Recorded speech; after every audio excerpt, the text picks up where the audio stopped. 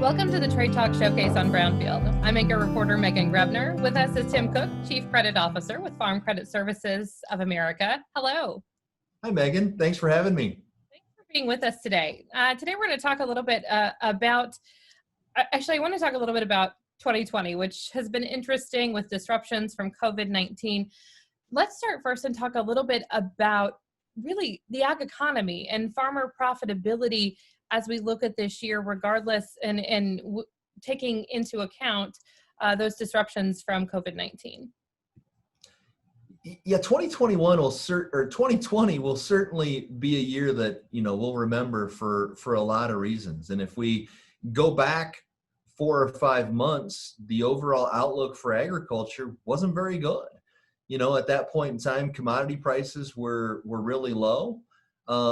Beef and swine producers weren't quite sure how they were going to get their animals processed. And, we were really struggling getting agricultural commodities moved around and integrated into the new trade environment that COVID brought us. But as we sit today, Megan, I think we look at 2020 and feel like overall ag profitability is going to be pretty good. Commodity prices today, corn and soybeans, are very favorable. The outlook for 2021 in those sectors is also pretty positive. And as we sit today, beef and swine producers have worked through the backlog of cattle and hogs. Prices have stabilized and, are at levels that I think we would have all taken 4 or 5 months ago if we would have known this is where we could be. Knowing what we know now as we prepare for 2021, I think about the livestock sector specifically.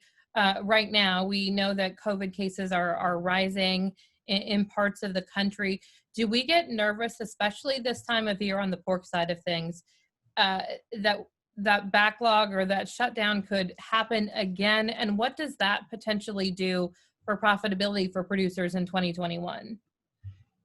Yeah, Megan, I think that's always a possibility. 2020 was a year that we faced a lot of uncertainty and a lot of volatility. And as we look into 2021, I think those same 2 terms probably apply.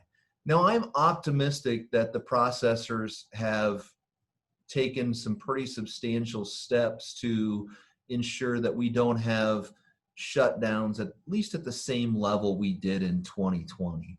And so, as I said, I'm optimistic that we won't see a repeat, but it doesn't mean that we won't see localized or isolated challenges in the processing side. What can producers do? I think continuing to stay in touch with the processor, to focus on what their marketing strategy is and can look like. Looking at opportunities to hedge their production at profitable levels. And that's probably the one thing that we can look at forward into 2021 is there are opportunities to take some of the price risk off the table and not have that be just one other thing that producers need to worry about. I think we learned that risk management is key for all producers this year as we look ahead to 2021. What do farmers and livestock producers need to think about when it comes to managing risk and making sure that they're able to continue to operate through another what could potentially be volatile year?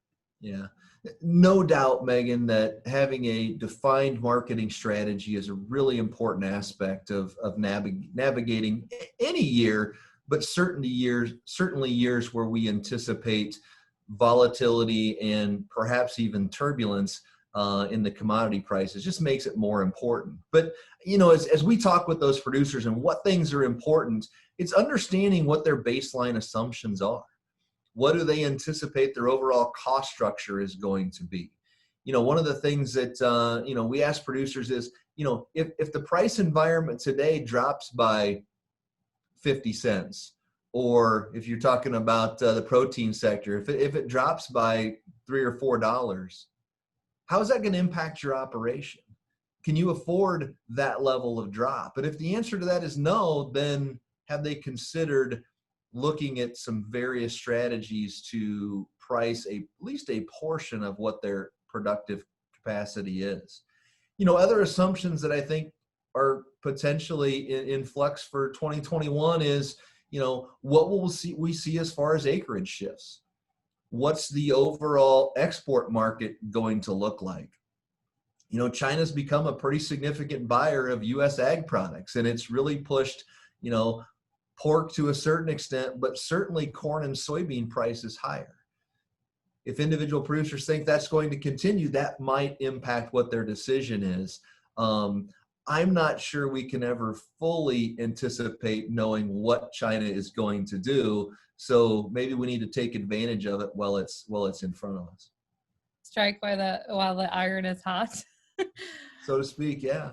I think we also have to talk about 2020 and ad hoc government payments. I don't anticipate those continuing into 2021, or at least not at the levels that we saw this year. Do producers need to take that into account as well and make sure that they're planning for not having them? Yeah, Megan, I think that's another one of those key assumptions that producers need to make.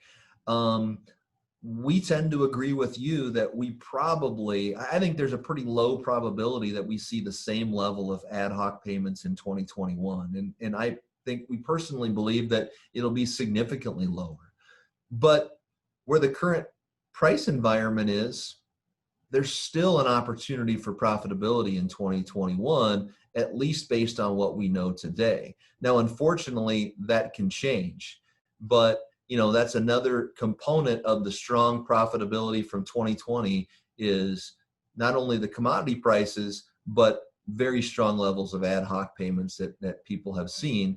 But we caution our producers not to rely on that to drive profitability, because it's very likely that those will at a minimum be reduced and quite possibly not be a component of their revenue stream in 2021. Tim, great to see you. Thank you so much for your time this morning. Thanks, Megan.